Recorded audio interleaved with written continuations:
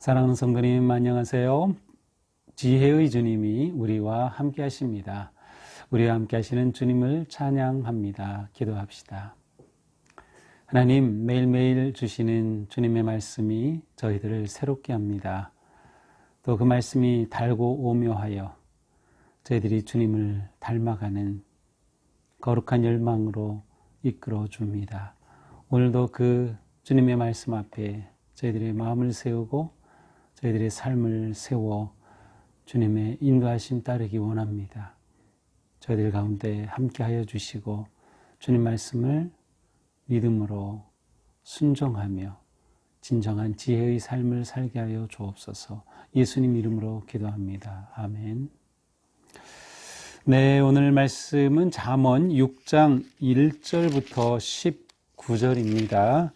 네, 꽤 긴 말씀인데요. 제가 이 말씀 1절부터 곧장 말씀을 나누도록 하겠습니다. 자, 6장 1절부터 19절까지에는 전체가 이제 하나로 연결되어 있기보다는 네 가지의 주제, 독립된 주제입니다. 서로 연결, 물론 지혜라고 하는 점에서는 연결이 되겠지만 네 가지의 주제들을 각각 다루고 있는 그러한 오늘 본문이 되겠습니다. 특별히 이 주제들은 우리가 일상생활에서 우리가 살아가면서 겪을 수 있는 그러한 일들이기도 하고요. 어떻게 우리의 삶에 지혜를 적용하면서 살아야 할지를 생각하게 합니다.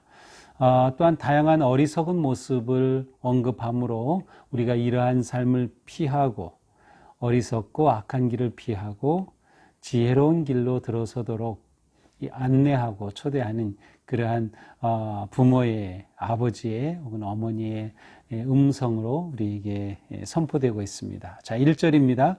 내 아들아. 네, 이와 같이 시작되는 것이 이제 우리에게 좀 익숙하죠. 내 아들아, 내가 만일 이웃을 위하여 담보하며 타인을 위하여 보증하였으면 내 입의 말로 내가 얽혔으며 내 입의 말로 인하여 잡히게 되었느니라. 자, 흥미롭게도 오늘 첫 번째 주제는 재정에 관한 주제입니다. 재물, 돈에 관한 주제인데요.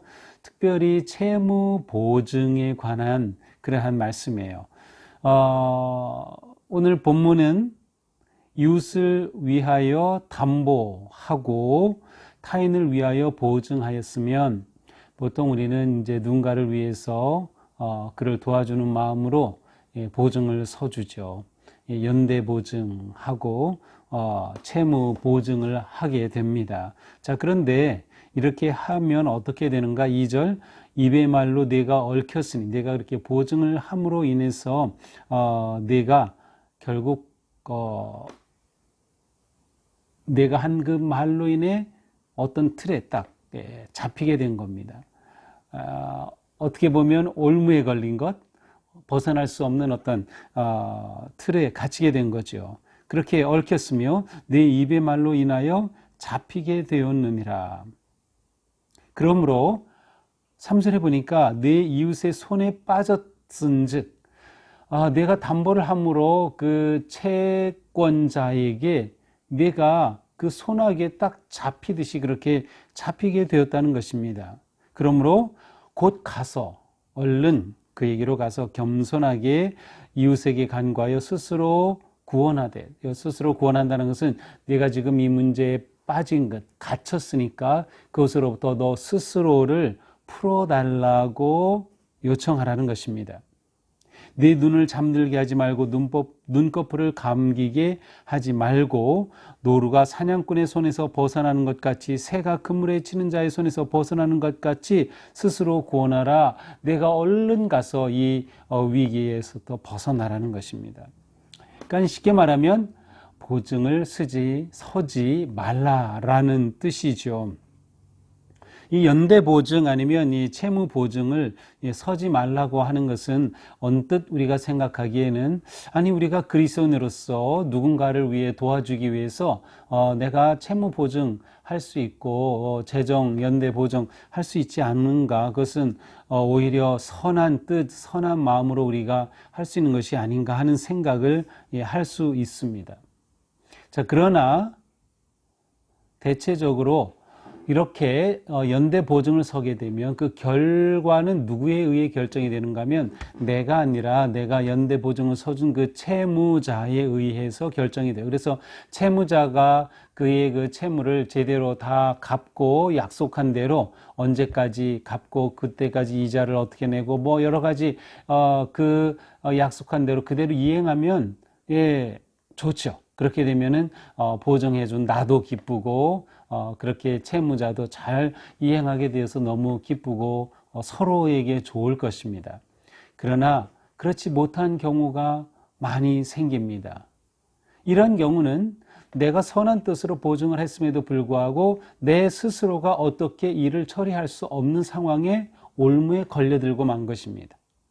그러니까 단지 나 혼자 잘한다고 해서 아니면 나 혼자 선한 의도를 가지고 나 혼자 어떻게 한다고 해서 이 문제는 해결될 수 없는 것이죠.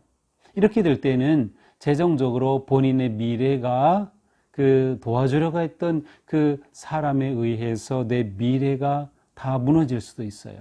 실제로 우리나라에서는 이렇게 연대 보증을 썼다가 빚더미에 오르고 또 완전히 정말 이렇게 경제적으로 무너지는 그러한 경우 너무도 많이 우리가 보잖아요. 그래서 이 잠언에서는 그러한 것을 하지 말라고 말씀합니다. 물론 구약의 율법 어디에서도 보증을 서지 말라 그렇게 율법으로 정해 놓지는 않았습니다. 하지만 이러한 법이 따로 있는 것은 아니지만 이제 이 지혜자의 말은 이러한 재정의 보증은 지혜롭지 못한 것이다 라고 하는 거죠. 이것은 우리가 한편으로 생각할 때에는 언뜻 이해가 안 될 수도 있겠지만 이것은 지금 내가 인생을 지혜롭게 살아가도록 주시는 권고의 말씀입니다. 이 세상이 우리가 선한 뜻을 가진다고 해서 그대로 되지 않는 경우가 너무나도 많은 거죠. 그래서 이런 상황에서 네가 이러한 일에 올무에 빠지지 않도록 조심하라 라고 하는 것입니다. 자, 이렇게 보증에 대해 경고를 하고 있는 것이죠. 얼른 올무에서 벗어나고 이와 같은 모험에 빠지지 말라라고 하는 것이죠. 자, 두 번째 주제는 게으름에 관한 말씀인데요. 6절입니다. 게으른 자여 개미에게 가서 그가 하는 것을 보고 지혜를 얻으라. 개미에게 가서 그가 하는 것을 보고 지혜를 얻으라. 개미를 유심히 관찰하고 개미의 모습에서 지혜를 얻으라는 겁니다. 자, 개미는 어떻습니까? 7절에 보니까 개미는 어떠한 두령도 없고 감독자도 없고 통치자도 없다. 물론 개미는 그 안에 지휘 체계가 잡혀 있습니다. 개미의 그 모든 시스템을 관장하는 그러한 나름의 그 체계가 잡혀 있긴 하지만 우리가 생각하는 것처럼 그러한 그 시스템은 아니에요. 그러니까 개미 그냥 볼 때는 아주 한낱 작은 그러한 곤충에 불과한 것이죠. 그런데 개미를 이렇게 유심히 관찰해 보니까 여름 동안에 먹을 것을 열심히 예비하고 양식을 모은다. 그렇죠. 계속해서 일하고 계속해서 모으면서 대비를 할 줄 아는 것입니다.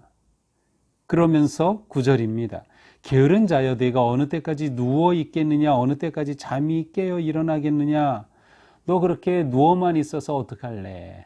그렇게 게을러서 어떡할래? 라고 하는 거죠. 10절, 11절 재밌는 표현이 나옵니다. 좀 더 자자, 좀 더 졸자, 손을 모으고 좀 더 누워있자 하면 내 빈궁이 강도같이 오며 내 곤핍이 군사같이 이르리라.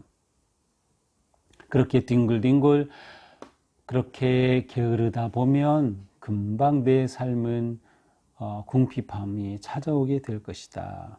결국 이 말씀의 핵심은 근면하게 살라는 것입니다. 근면하게 열심히 일하라. 근면하게 너에게 주어진 시간, 너에게 주어진 그 능력 안에서 근면하게 일하라. 또 한편으로는 시간 사용을 바르게 잘 하라라고 하는 것입니다. 개미처럼 열심히 근면하게 그리고 대비하여 일하면 내 인생이 안전하고 어려움이 없는 그러한 평안한 인생이 될 수 있을 것이다 라고 하는 지혜의 말씀입니다. 이러한 그 게으름에 관한 경고 아니면 근면에 관한 이 조언의 말씀은 이 잠언의 여러 곳에서 나옵니다. 그래서 우리가 앞으로도 이와 비슷한 내용을 이제 계속 반복적으로 보게 될 것입니다. 자, 12절부터는 악한 자들의 모습을 말함으로 내가 어떤 사람이 되어야 할지를 바르게 선택하고 판단해야 한다는 그런 말씀이에요. 자, 12절입니다. 불량하고 악한 자는 구부러진 말을 하고 다니며, 13절 눈짓을 하며 발로 뜻을 보이며 손가락질을 하며, 14절 그의 마음에 패역을 품으며 항상 악을 꾀하여 다툼을 일으키는 자라. 자, 여기서 악한 자의 모습을 보여주고 있습니다. 자, 이 악한 자의 모습은 13절에 보니까 눈짓, 발짓, 손짓으로 나쁜 일을 꾸민다는 겁니다. 그렇죠? 이 악한 자의 품행이 어떠한지를 지금 보여주는 겁니다. 온갖 눈짓, 발짓, 손짓을 하면서 악한 일을 꾸미는 거예요. 그런데 이것의 핵심 문제는 무엇인가요? 14절 그의 마음의 패역을 품으며, 이렇게 악한 품행이 오는 그 근원이 마음인 겁니다. 마음이 악하기 때문에 마음에서 이러한 일들이 나타나는 거죠. 그래서 마음에 패역을 품고 거기서부터 항상 악한 것을 꾀한다는 겁니다. 이런 자에게는 어떤 결과가 옵니까? 15절 그의 재앙이 갑자기 내려 당장에 멸망하여 살릴 길이 없으리라. 살릴 수조차 없을 정도로 그의 인생이 무너진다는 겁니다. 악한 길에 들어섰다가 인생이 망하고 말 것이다. 그러니 너는 지혜롭게 선하게 행동하고 품행이 바라야 하고, 그러한 삶으로 내 인생이 계속 이어져야 한다. 근데 문제는 무엇입니까? 마음을 그렇게 가져야 하는 거예요. 마음이 선하고 마음이 경건하고 마음이 의로우면 내 삶에서 그와 같은 품행이 저절로 드러나게 될 것이다. 자, 마지막 네 번째 주제는 이제 하나님께서 미워하시는 것에 관한 말씀이에요.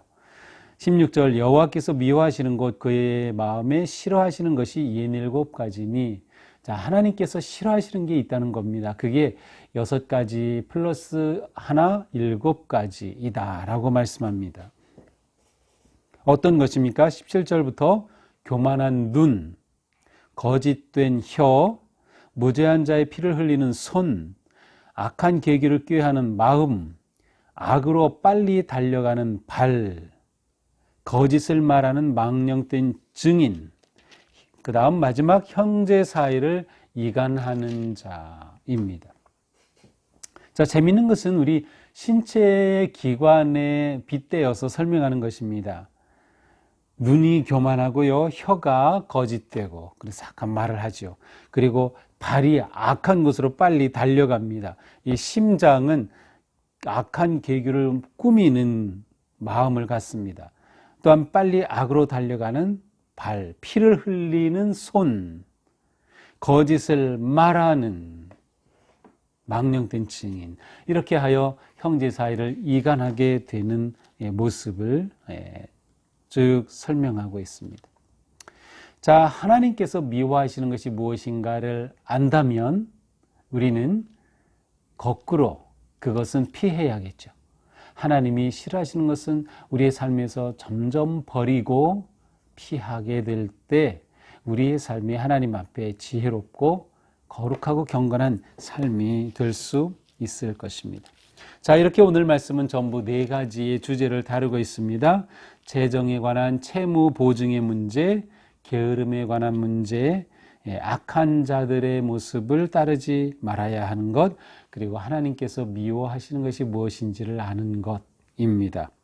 자, 오늘 말씀을 보면서 우리의 삶은 실질적인 신앙생활에 있어서 다양한 영역에서 지혜가 필요하다는 것을 알 수 있습니다. 그리고 우리의 신체의 다양한 그러한 명칭을 통해서 이렇게 지혜의 말씀을 주시는 것처럼 우리 몸에 다양한 지체가 있듯이 우리의 존재 자체가, 우리의 모든 지체가 연합하여서 의롭고 선한 나를 이루어야 한다는 겁니다. 그래서 우리 존재가 거룩하여지고 의로워지고 지혜롭게 되는 것은 우리의 지체와 연결이 되는 겁니다. 그래서 우리의 지체가 지혜롭게 사용이 되어야 되는 거예요. 입, 혀가 지혜로운 말을 할 수 있어야 되고, 우리 손이 지혜롭게 섬기고 봉사할 줄 알아야 하고, 우리의 발이 지혜롭고 거룩하고 의로운 길을 걸어야 하고, 우리의 마음이 의롭고 거룩한 것을 생각하고 계획할 수 있어야 되죠. 우리의 눈이 보는 것이 그렇게 의롭고 선한 것이 하는 겁니다. 그러니까 지혜롭게 산다는 것은 바로 우리의 몸의 다양한 지체가 바르고 의롭게 지혜롭게 사는 것과 연결이 된다는 것을 알 수 있습니다. 우리의 모든 지체는 우리의 인격과 연결되어 있다. 그래서 오늘 말씀 보면서는 한번 우리의 각각의 지체를 이렇게 생각해 보면서, 내 눈은 이러하기를, 내 입은 이러하기를, 내 손은 이러하기를, 내 발은 이러하기를, 이렇게 생각하면서 거룩한 우리 지체의 모습을 그려보는 것이 어떨까 생각합니다. 또한 우리는 하나님이 기뻐하시는 것이 무엇일까를 늘 물으면서 하나님께서 원하시고 기뻐하시는 것을 선택할 줄 아는, 그리고 기꺼이 그렇게 선택하고 순종하는 진정한 믿음의 길을 걸어야 하겠다. 자, 오늘 말씀을 요약해 봅니다. 네, 보증하는 것을 조심스럽게 하라.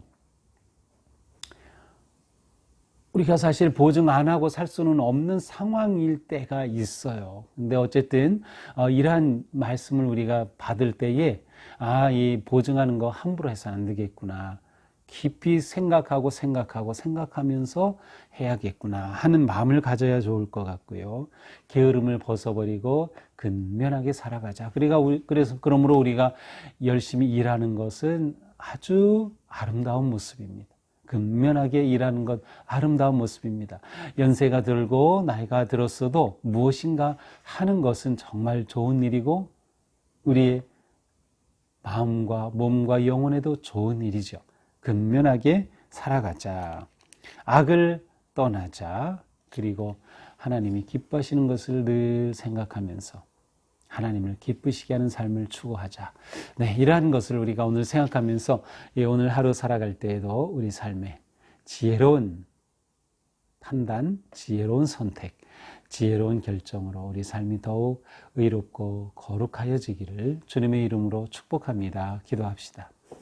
하나님 감사합니다. 오늘은 4가지의 주제에 관한 말씀을 저희가 받았습니다.